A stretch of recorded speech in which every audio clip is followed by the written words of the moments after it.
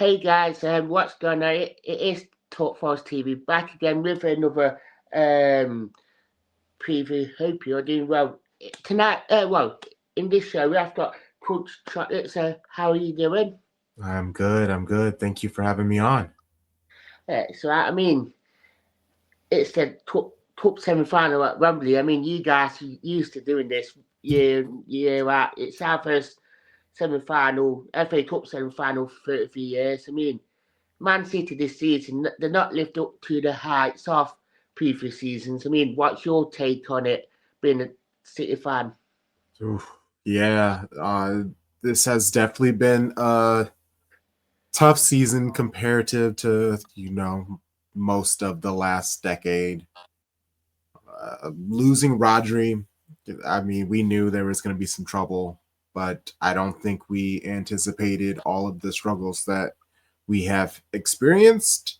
Thankfully, there were some moves made in January, and I think just knowing that there were other players, they were able to come in and uplift the team. Everything seems to be moving a lot smoother so far as of late. Yeah. Yeah, completely get you. I mean, I didn't realise you guys will struggle so much. I mean, I know a lot of people said it was down to that Roger injury, like you said. I mean, and then a lot of people saying it's a aging squad. I mean, so what are them two, both of them, or do you feel like it solely down to the Roger injury? Yeah, it was a mixture of things. It was the Rodri injury. A lot of the players that we have on the squad weren't really, they didn't have that, like, that fire, that spirit. And once we lost Rodri, it was kind of this weird thing where some of the players were trying too hard to kind of replace him. And so once we would lose the ball, all players were running to the ball, and then that just made it really easy to kind of pick us apart. And then after a week or so, everyone was kind of tentative to run to the ball because they thought each other were going to kind of take the spots. They just needed to learn where each player fits in the club, which responsibilities work better with who, and all of the just the games without being able to like practice without Rodri. It was kind of hard to figure out where they stood. Which is scary to say least how much one player could change that shift in the pattern. Like you said, to everyone we're trying too hard, especially with that. I mean, do you think the club should have strengthened in the summer instead of having to do it in January? Yeah, I was definitely expecting a lot of change with the club in the summer.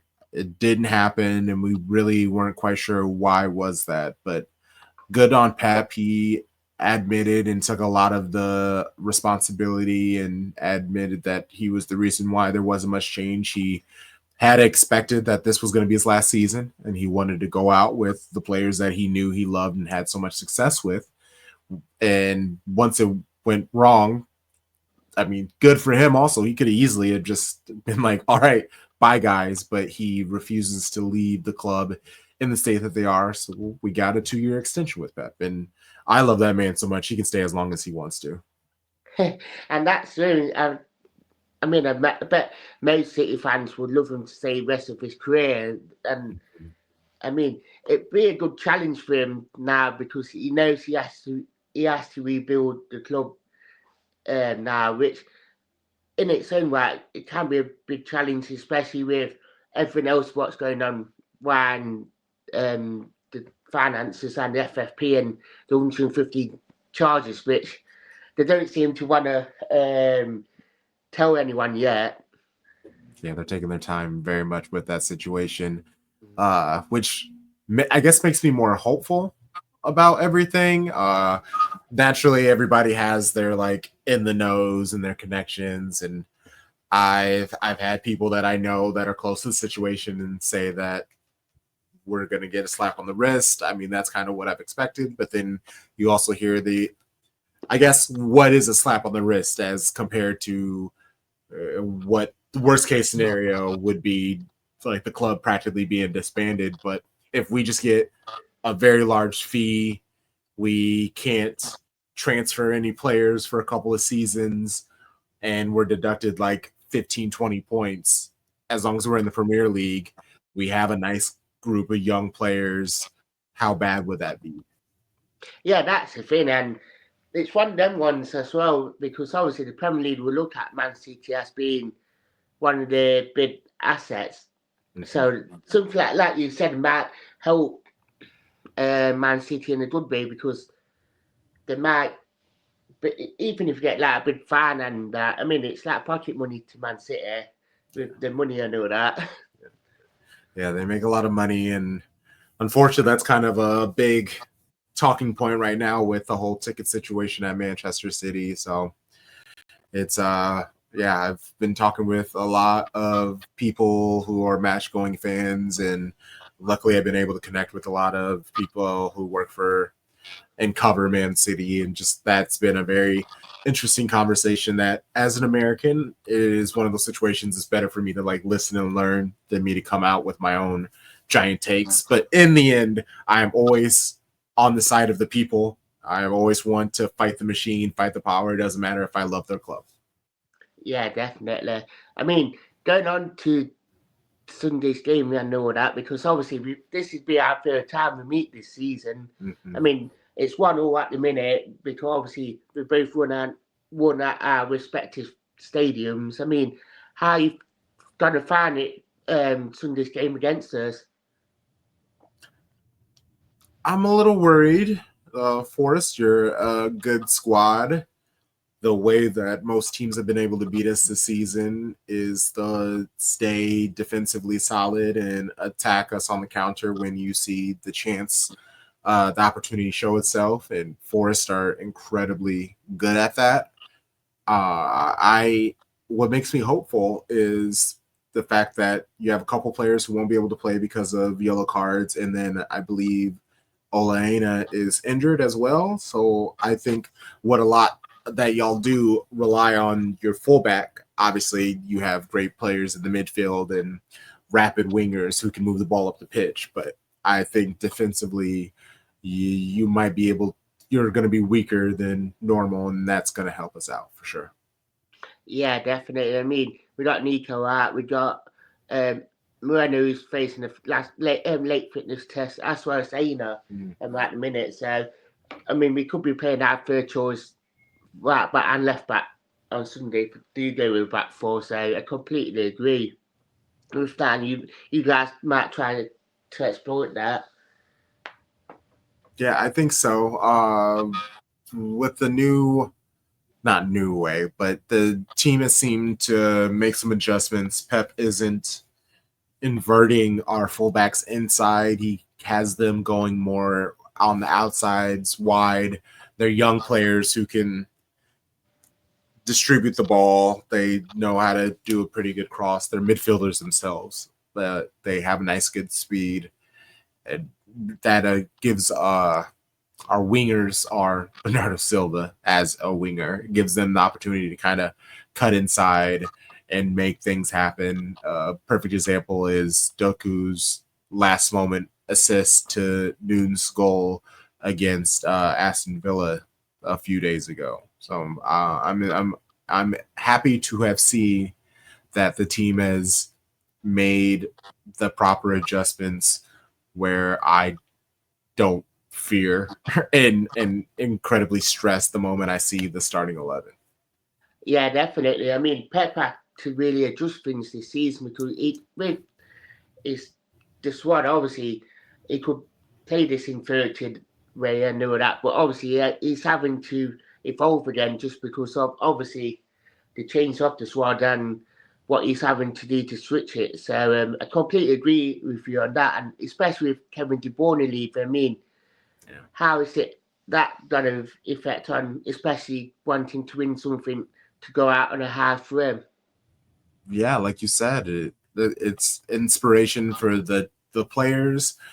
Kevin has always been a leader through his actions, where if the team is down, he's always kind of been able to be the guy who will make that pass or score a banger of a goal that will get us all happy and excited. Uh, this is over the last couple of weeks, he has been stated saying this is the best he's felt since his injury. We're able to see it. He's played about 80. Honestly, he's played 90 minutes, and I think it's like 3 of the last 5 appearances of his. He's been playing back-to-back games. Obviously, the games are a week's apart, like 7 days apart, as opposed to normally when we're in all these competitions and it's every 3 days. But we're still starting to see a little bit of the Kev that we used to know.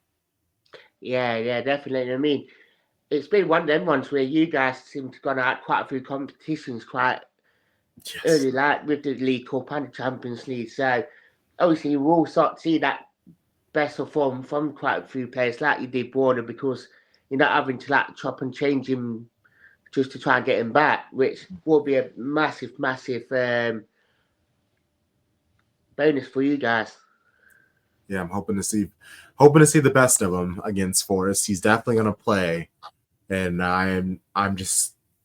It'll be interesting to see what changes he makes. He hasn't made too many big changes when it comes to like the majority of the team. Like I know 9 out of maybe 8 out of the 11 that are going to start tomorrow, and there could be like maybe he'll put Bernardo at right wing, maybe it'll be McAtee, maybe it'll be Doku, maybe it'll be Savio, but it's things like that. The winger, and then will Nico Gonzalez start or not? Those are basically the only 3 questions that are kind of up in the air, but everything else you sort of know who's going to be playing, who's going to be there, who's going to show up.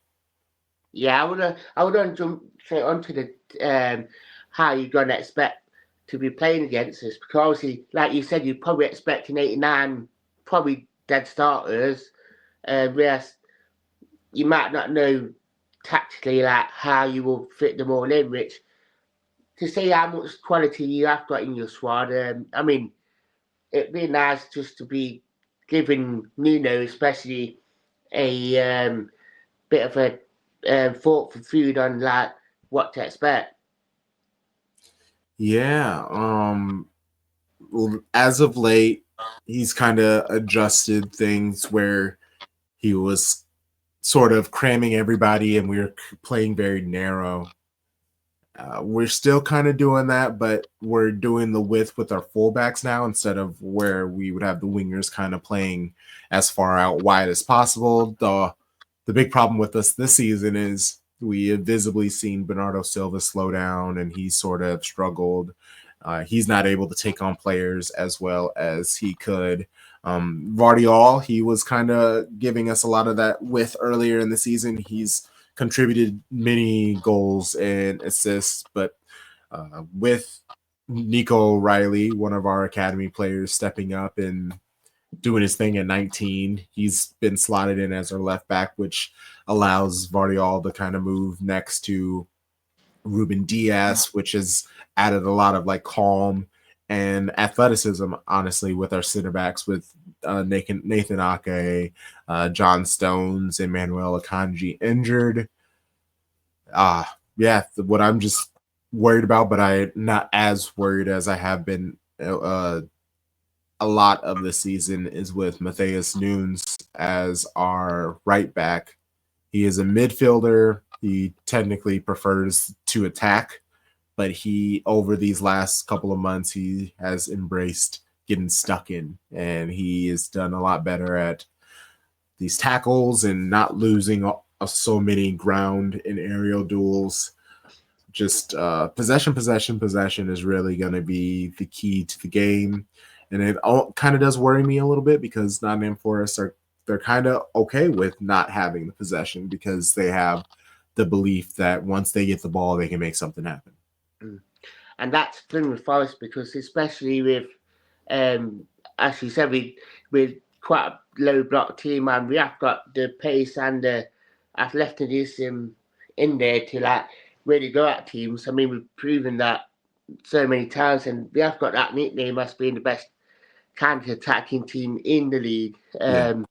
And we have to evolve quite a bit this season ourselves. We've gone from like playing like a 4-2-3-1 to like a 4-4-1-1, especially it's more against since we played you in the league at City Ground. Like we've gone quite like that, and especially with Orlando playing in that false 10, and it seemed to had that effect on it, because 1 minute he'd be on the right, the next minute he's on the left. So trying to work false that at the minute is quite nice, because even against Spurs, when that team came out, we could have played 3 or 4 different ways. So I think on our side as well, if we did go with something similar to that Monday in terms of selection, we could play quite a few different ways, which it might go one way or another for Pep to be thinking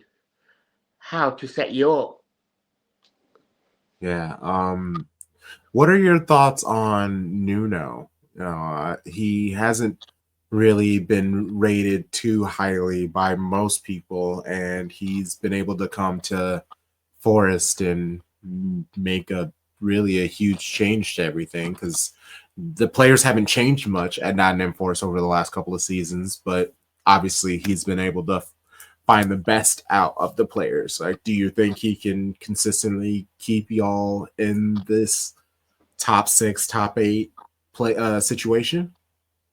I think, well, when Nuno came in, he came in on a bit of a downward spiral near enough, with obviously with Cooper, but I feel like Nuno came in to steady the ship and all that, and he even said last season that we have got a base of a good team, we just needed to really strengthen it, and we shown that in the summer. Like, we kept the core players like Murillo, Gibbs White, Chris Ward, and Sells, Aina and Williams, and the 2 windows, and we seemed to added what we needed to add in there. Like Milenkovic came in, and Anderson, and it just sort of made us a lot more better, and it's just what we needed. And I feel like Nuno's he seemed to took players into that sort of next level, because we weren't as fit last season, but Nuno sort of took them away in pre-season,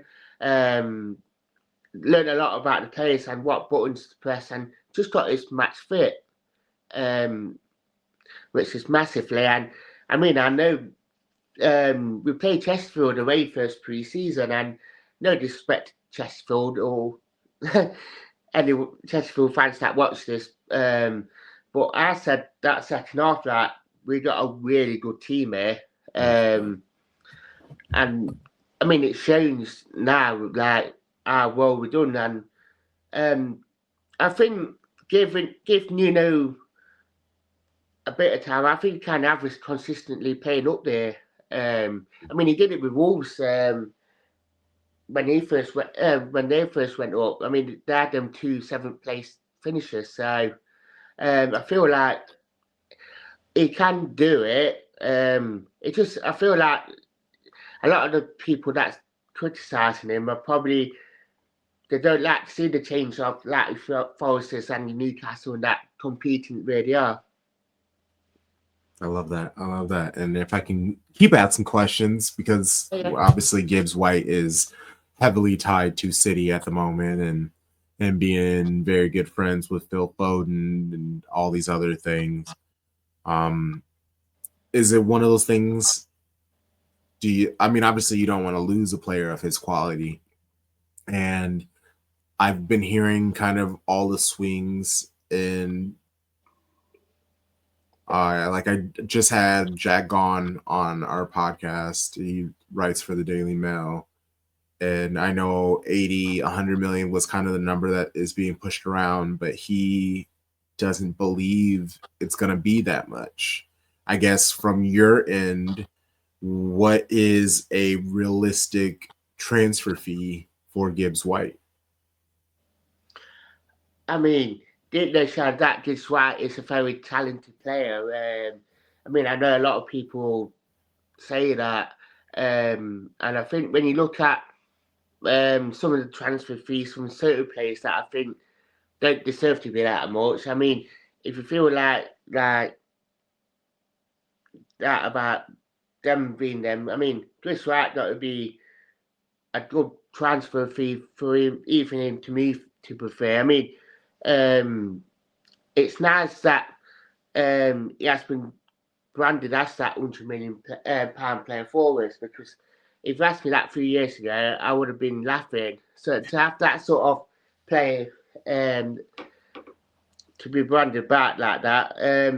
But yeah, I think it got to be that high end 80 to 100 million, because I think what you're getting out of him as an all round player, I think he's got to be in that bracket in terms of like your top six player now. Okay. Okay. Yeah, because it just, I'm not saying he's not worth the fee. I just worry about bringing in a player at that high of a fee and then the expectations that are put on him. And yes, Jack Grealish. I mean, that was a release clause, so City had no choice but to pay the 100 million. Yeah, I'm not arguing that, but when you bring in a player worth that, the fans expect greatness immediately to help the team right now and to do it constantly over a few years. The reason why people are upset with Grealish now is because he's hasn't put up the quality and hasn't contributed to the club like he did his first season and a half or two. And I just worried that about Gibbs White. the thing is for me, I don't understand like I'm thinking, but I feel like especially with Gibbs White, um, it's I rate that. I feel appreciated that a lot of people saying it 100 million. Would he be able to go into Man City and be that number 10 straight away? Like they're saying, like with Grealish, like they're expecting him like that, and bar that first season, not really done much. Whereas, would that be the same with Gibbs White? I mean, would he be able to walk straight into that City team now with who he got there and be like an instant star player? Whereas, if he goes to like, if he stays with first or another team, he'd be the star man, if you get what I mean. Yeah, definitely. It will be interesting, I guess, when if or when he is brought in the city, because there's the 7-day, 10-day transfer window that teams in the Club World Cup are going to get. I figure there will be some. That's when City players will be brought in, Mm. but I don't think we'll be losing many players at that time because unless obviously KDB, he's already come out and said that he wants nothing to do with the Club World Cup, so we know he will leave. But I think they're going to try to keep as many players with them to bring here to America as possible for the Club World Cup. Mm. And I do hope that that is a Gibbs White, a Wharton, a Cambiasso. I know Kirkes he's heavily tied to Liverpool, but he's also a player that I would love. Like, I just think we're gonna have to try to bring in these players early on and make some things happen and see kind of what we have with them at the Club World Cup. Yeah, definitely. Me. Do you think James McAtee will be part of them plans? Because I know he's been quite heavily linked with Forest and Newcastle and other clubs. So do you think he will be staying with you, or do you think, yeah, he might be in the club in the summer, but for the club world, he might not?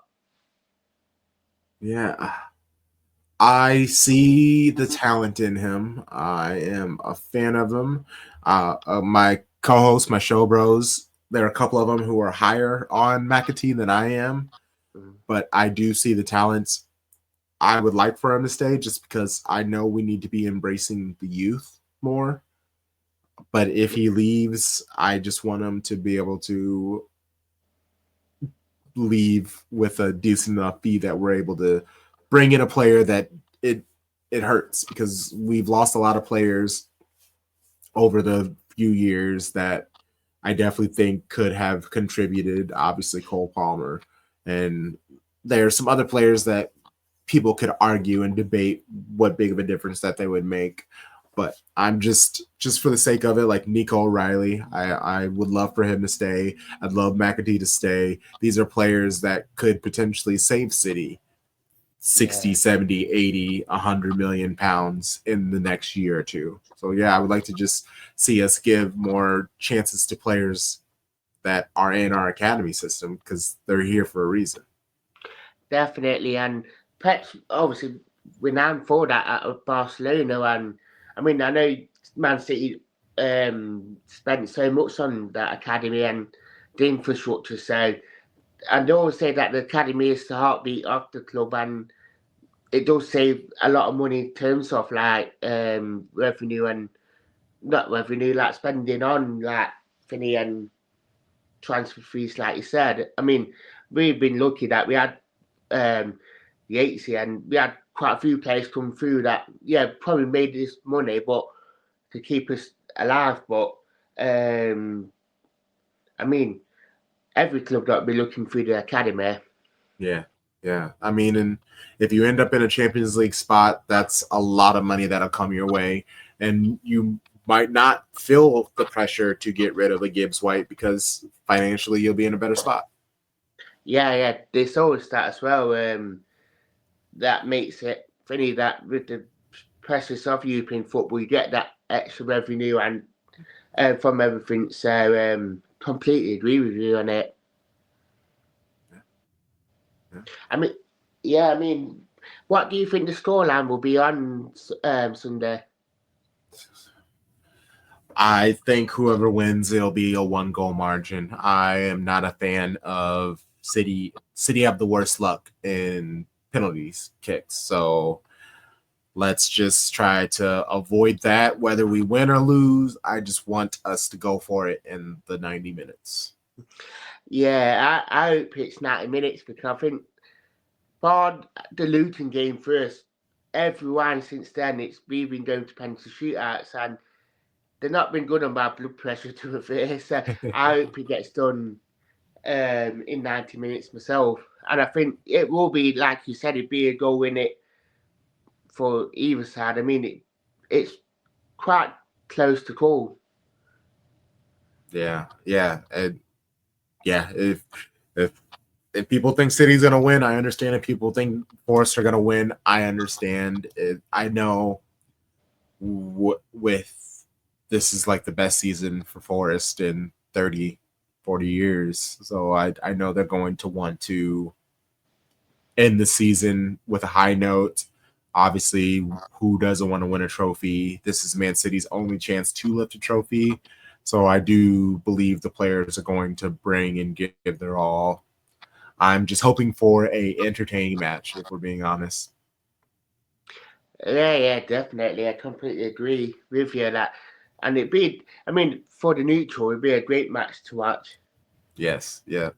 And I believe like Liverpool, Tottenham are playing at the same time, and everyone already expects Liverpool to beat Tottenham and then win the title. So I'm kind of hoping a lot of people will be paying attention to our game more than that one, which will be very fun to see. I hope like viewership numbers are released and all that. Yeah, I mean, if any neutral watching this, do tune into our game instead of watching Liverpool. 100%. And I know a lot of people that say to me about how I feel about Liverpool. So, yeah, I completely agree.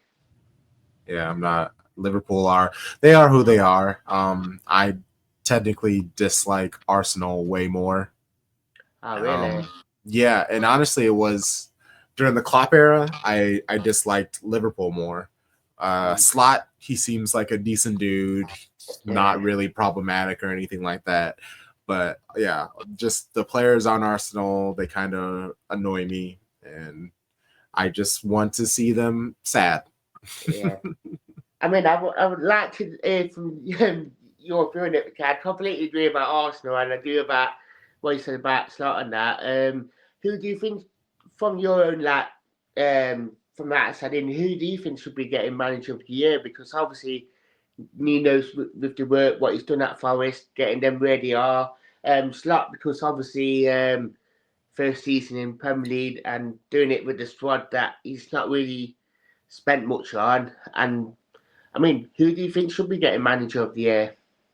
I said early in the season, I thought it was between Areola and Nuno. And basically, it was whoever placed higher in the Premier League. Bournemouth, they have slowed down a lot. So I think it's Nuno's. I feel like giving it to Slot is a little easy. Yes, this is his first year, but I mean, Mo Salah is playing lights out. Like, what is it, like 40 goal contributions this season? It's that, like, when you have the players that you have at Liverpool, it is expected for you to be successful. And I don't think anybody saw Forest where they are right now. So yeah, I think it's Nuno's. Yeah, that's fair play. I'm quite interested to see, because I know that there've been a lot of debates going around on social to see who should be getting it. So I'm quite interested in finding that out. And I mean, where can everyone find you with your podcast and your socials? Yeah. We are on YouTube, Spotify, Apple Podcast, basically however you consume media. We are on. Just search Shades of Blue Network. We have a Man City podcast. We also have a WSL podcast called The 12. We even have an Arsenal podcast for people who are into wrestling. We have a WWE AEW podcast as well in our network. So plenty of shows to enjoy on social media. If we are on it, Twitter, Instagram, Blue Sky, at Shades of Blue NW, at Shades of Blue NW. And thanks again for having me on. It's like, I mean, like I was saying to you before, it's first time I've done this sort of thing in a long while. So thank you for coming on anyway. And do hit all the socials and follow them on YouTube as well. But thank you for coming on. I do appreciate it. Of course. But yeah, if you like the video, do hit the like button. Obviously, I'll be tagging obviously your channel into the title and in the description if you want to listen to more. But yeah, thank you for watching, guys. I hope to see you guys soon. So that's it. Thank you and goodbye.